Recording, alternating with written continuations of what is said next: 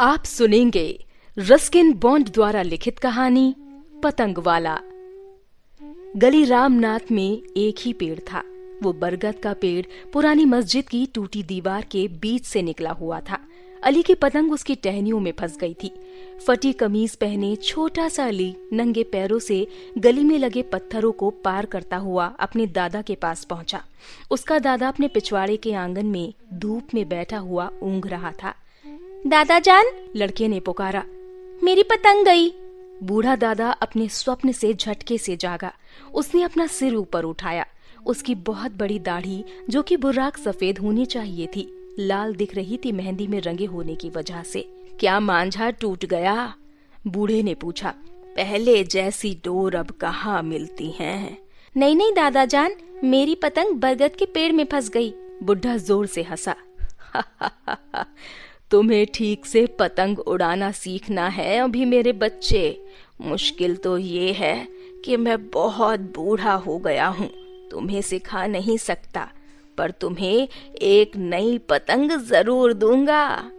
उसने उसी समय पतले कागज और रेशम की एक नई पतंग बनाकर धूप में सूखने के लिए रखी थी। गुलाबी रंग की हरे पुछल्ले वाली पतंग।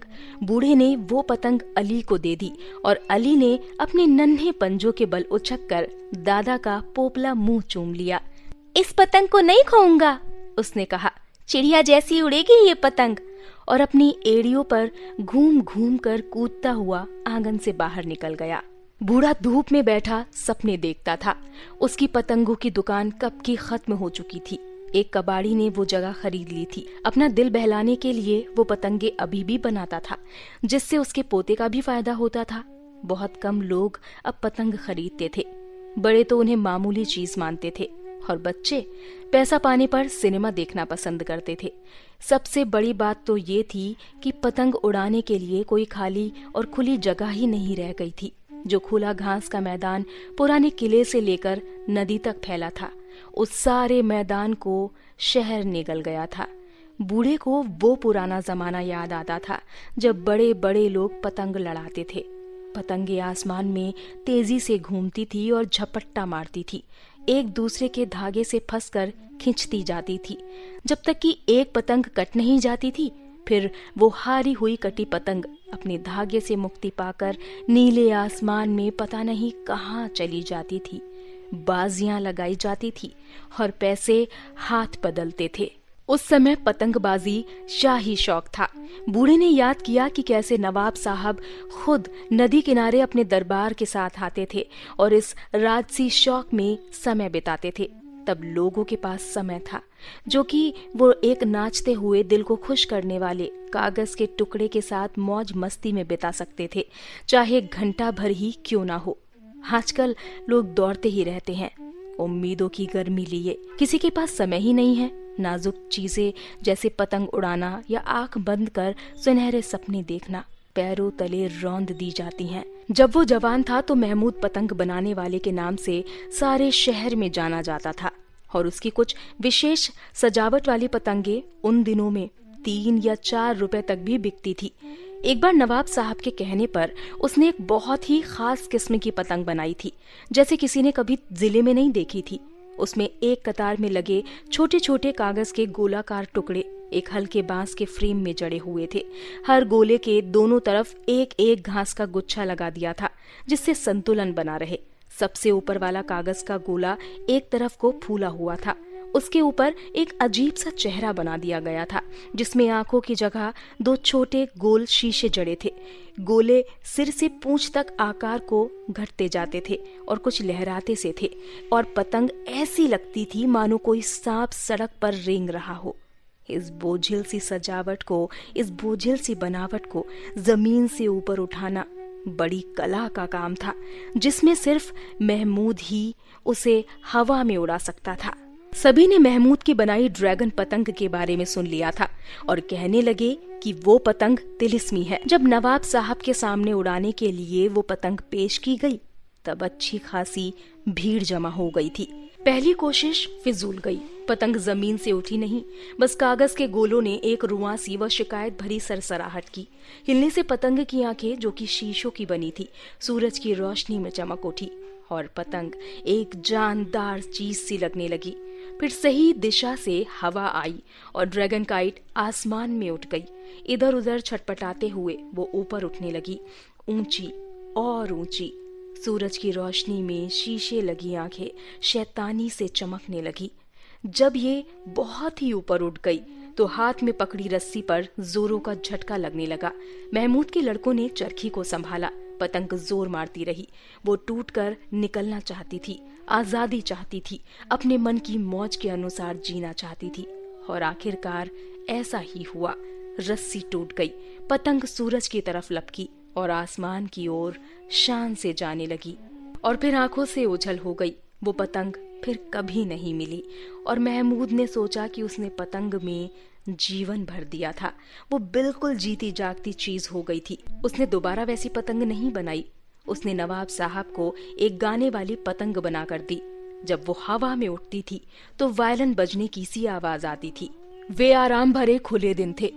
अब नवाब तो कुछ साल पहले मर चुके थे और उनके वारिस काफी गरीब थे, करीब करीब महमूद जैसे। किसी जमाने में पतंग बनाने वालों को आश्रम देने वाले लोग होते थे, जैसे कवियों को लोग सहारा देते हैं। पर अब महमूद को गली में कोई जानता ही नहीं था। गली में अब इतने लोग रहने लगे थे कि उन्हें पड़ोसियों के मिजाज पुरसी का समय न था। जब महमूद छोटा था और बीमार पड़ता था तो सारा पड़ोस आकर उसकी तबीयत पूछता था। अब जब उसके दिन पूरे होने को आए थे तो कभी मिलने नहीं आता कोई भी। सच तो ये भी था कि उसके पुराने दोस्त सब मर चुके थे और उसके लड़के उम्र दराज हो चुके थे। एक तो पास के गैरेज में काम करता था, दूसरा पाकिस्तान में था। बंटवारे के समय वहीं था और फिर वापस यहाँ रिश्तेदारी में कभी ना आ सका था। जो बच्चे 10 साल पहले उससे पतंग ले जाते थे वे खुद अब जवान थे और मुश्किल से अपनी रोजी रोटी कमाते थे। उसके पास एक बूढ़े आदमी और उसकी याददाश्तों के लिए समय नहीं था। वे एक तेजी से बदलती और होड़ भरी दुनिया में बड़े हुए थे। एक बूढ़ा आदमी और एक बूढ़ा बरगद, दोनों ही उनके लिए सिर्फ उपेक्षा के पात्र थे। उन्होंने तय कर लिया था कि ये दोनों ही हमेशा के लिए इस तरह से जुड़े जरूर थे, पर हल्ला गुल्ला मचाती, माथे से पसीना बहाती आम आदमी की दुनिया जो उनके पास थी, उसका इनसे कोई लेना देना नहीं था। अब लोग बरगद के पेड़ तले जमा होकर अपनी समस्याओं और अपनी योजनाओं के बारे में बातें नहीं करते थे। सिर्फ गर्मियों में कभी कभी कड़ी धूप से बचने के लिए वहां खड़े हो जाते थे।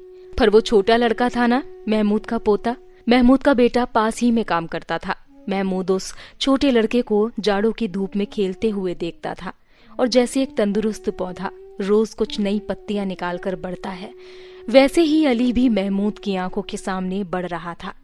पेड़ों और आदमियों में बहुत कुछ एक जैसा है। हम धीरे धीरे बढ़ते रहते हैं।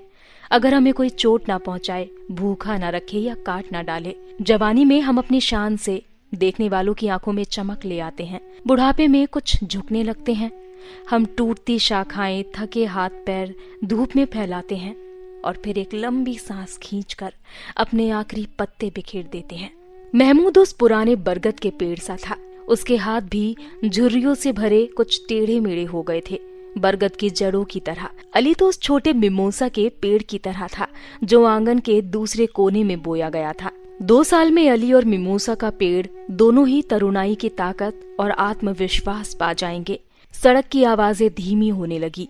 महमूद को लगा शायद उसे नींद आ रही है और वो फिर सपने देखेगा।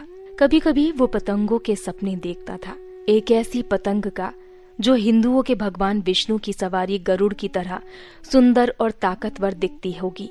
वो अली के लिए एक बहुत ही गजब की पतंग बनाकर जाना चाहता था।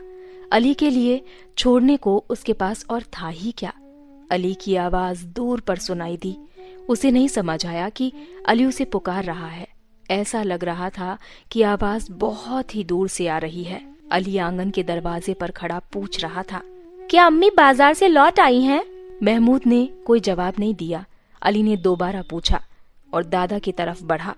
बूढ़े के सिर पर धूप तिरछी पड़ रही थी और एक छोटी तितली उसकी बड़ी सी दाढ़ी पर बैठी थी। महमूद चुप था। अली ने अपने हाथ उसके कंधे पर रखे पर महमूद ने कुछ नहीं किया। बस एक आवाज सी आई, जैसे अली को जब जेब में रखे कंचे आपस में रगड़ते थे तब आती थी। अली एकदम से घबरा गया और दरवाजे की तरफ वापस गया। सड़क पर दौड़ता हुआ जोर जोर से अपनी माँ को बुलाने लगा। तितली बूढ़े आदमी की दाढ़ी से उठकर मिमोसा के पेड़ पर जाकर बैठ गई।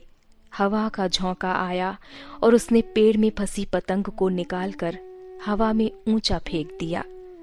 वो फटी पतंग उस कश्मकश से भरे शहर से निकलकर अनजाने नीले आसमान में कहीं चली गई। तो ये थी कहानी पतंग वाला। आपको ये कहानी कैसी लगी हमें नीचे कमेंट सेक्शन में लिखकर जरूर बताएं। साथ ही हमारे चैनल को लाइक शेयर सब्सक्राइब करना ना भूलें और सुनते रहें स्टोरियन लफ्जों के हमसफर।